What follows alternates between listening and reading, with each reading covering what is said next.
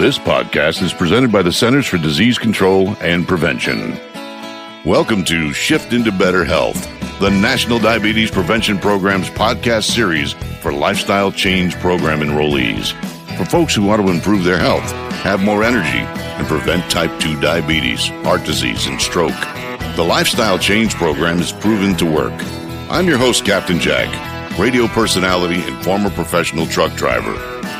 Each episode in this series is led by drivers for drivers and will cover a topic from the National Diabetes Prevention Program's Lifestyle Change Program. We'll talk about how to tackle challenges professional drivers face so you'll arrive at your destination a healthier you, faster and easier. In our last episode, we learned about overeating and food triggers. Today, we're going to focus on eating well away from home. While you're on the road or going out for dinner with the family, I recently sat down with two guests to talk about it. My first guest was Tanya Joliffe, a registered dietitian who understands the special challenges drivers face. Her brother has been a driver for more than 25 years. Learning how to eat healthy while you're on the road starts with deciding where you're going to stop. And a sit-down restaurant is a place that's going to have a little bit more choice for you. And they're going to be able to tailor the meal to your needs. For instance, if you ask for a grilled chicken breast without the butter on top, they're going to be able to do that a little easier than a ready-served, ready-made fast food type of approach. Travel stops are another one of those. So sit-down restaurants are a good choice if you have that option. Fast food restaurants, travel stops, burger joints, all-you-can-eat buffets, those just are kind of a trap. Now, there are healthy options at a fast food restaurant, but they're going to not be the biggie size. To make sure you eat a healthy amount of food, ask if you can get a food item in a smaller size or try ordering an appetizer and salad instead of a main course, or get a to-go box and store half of your entree in your truck for the next meal. Focus on portion control. Ask for smaller sizes. There is nothing wrong with asking for a kiddie meal. You've come along in your journey and you're learning how to be a sleuth. You're learning how to ask questions. You're learning how to take control. That doesn't stop. Becoming more aware of portion sizes. If a smaller portion size is a way that you're going to put a guardrail in place to help you stay on track, don't be afraid to give that a try and ask for it. And so let's go to that next step, looking at the menu and looking at my choices. If it's grilled, baked, broiled, steamed, you want to look for those words. When you see any of those words next to a menu item, it means that this food is healthier than some others.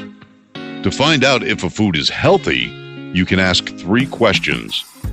How is this cooked or prepared? What ingredients are in this? Or what kind of oil is this cooked in? You also want to be aware that there could be things added to that. They might grill it, but they might add the butter on top. You want to go with a healthy whole food, but then you don't want to make it worse by adding syrup or sugars to it, bread. You have to start to pick apart the menu and be a sleuth to be able to understand what those words are and to look for them. And look at what's on the appetizer list that's not fried, that's baked or broiled or grilled, because that's going to be a smaller serving size. And a salad, ask for the salad dressing on the side. Ask for just vinegar or just balsamic vinegar. You can use that as your main course, have lots of fruit to go with it or lots of water to go with it, and you'll still be full. Now, I'd like to ask a tough question. When drivers are at a restaurant or truck stop, what are some healthy swaps to ask for? Make a swap. If you normally pick French fries that are medium, go to a small. That's a great first step. Then consider, after you've done that for a few times, could I ask them to switch out the fruit or the side salad for the French fries? Once you get in the habit of that, then you can move to the burger. And you can say, maybe I'm going to try a grilled chicken sandwich now instead. So then I end up moving from a double sandwich burger and a large or medium fry to a grilled chicken sandwich that I've asked them to hold the mayo on. And I'm having a side salad with balsamic vinaigrette dressing and an unsweetened iced tea. So when I was on the road, I would swap out cheese for lettuce and tomato on my sandwich. And I would always ask them to put sauces and gravy on the side. This is how I would make the switch to healthier food choices. The best way to start is to take small steps and to make small changes. When you approach it that way, you are setting yourself up for success. And that's what we want. Planning and packing your healthy meals and snacks before you leave home is a great way to eat well while you're on the road. What are nutritious snacks that last days on the road? Carrots, celery, pea pods. They don't have to be refrigerated, and you can pick those up at many travel centers as you're going down the road. Now, if you don't have a refrigerator, do you have a cooler? Do you have a way to keep ice and keep things like a hard-boiled egg or mozzarella string cheese? Those are protein-packed. Popcorn provides you with fiber. It provides you with that crunch and keeps your hands busy. But you want to make sure you're not adding salt, you're not adding butter. You can have it available in your truck with some of those small lunch bags and just have a brown paper bag, lunch bag, and your popcorn. Take it into the travel center, use their microwave, and you've got a very healthy snack that you can snack on and feel good about. Okay, so do you recommend prepared meals that drivers can order ahead of time in bulk and heat up on the road?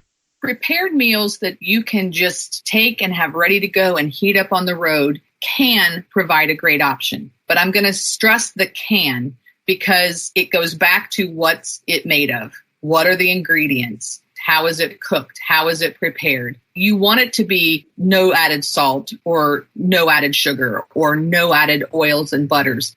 When they've done the work for you, you don't have to stand and think and figure out, is this what I should choose? It's in your truck, it's ready to go, and all you have to do is heat it up. So it's a time saver, and it's helping you stay on track. Okay, so what are ways to eat healthy at social events, like at a company break room, someone's house, or a party?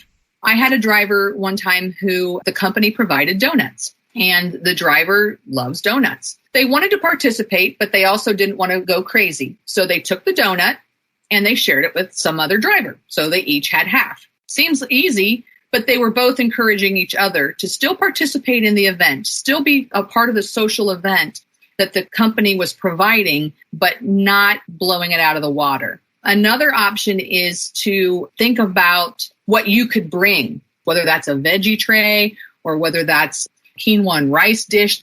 Think about what you might bring that you know is going to be healthy for you to have, and you'll be surprised that other people will be glad you brought it as well. Also joining me again was professional driver Glenn Keller. Tanya mentioned learning how to swap out your usual foods for healthier choices is a gradual process. Glenn, what is the most challenging thing for you to change while eating out? It was the fried chicken, and whenever I would go to the chicken place, it would be no less than 9 pieces, and actually I think it was a setup, because if you got a regular 4-piece order, you might pay $8, $9 for it. Then all of a sudden they'll say 8 pieces for $9.99. I'm like, for another $1, I can get 4 more pieces of chicken. Yeah, I know exactly what you're talking about. Many restaurants serve huge portions. Plus, we want to get our money's worth. How did you avoid large plates of food and choose small portions at restaurants? So I just end up making it up in my mind that, okay, I can still enjoy it, but I'm going to have to enjoy smaller portions. I would actually go in and get a 3-piece instead of a 9-piece. Well, that's all for today. I'd like to thank Tanya and Glenn once again for joining us and sharing their tips and experiences. Next time, we'll chat about dealing with managing food cravings. In the meantime, make sure you have a healthy amount of food the next time you're eating out.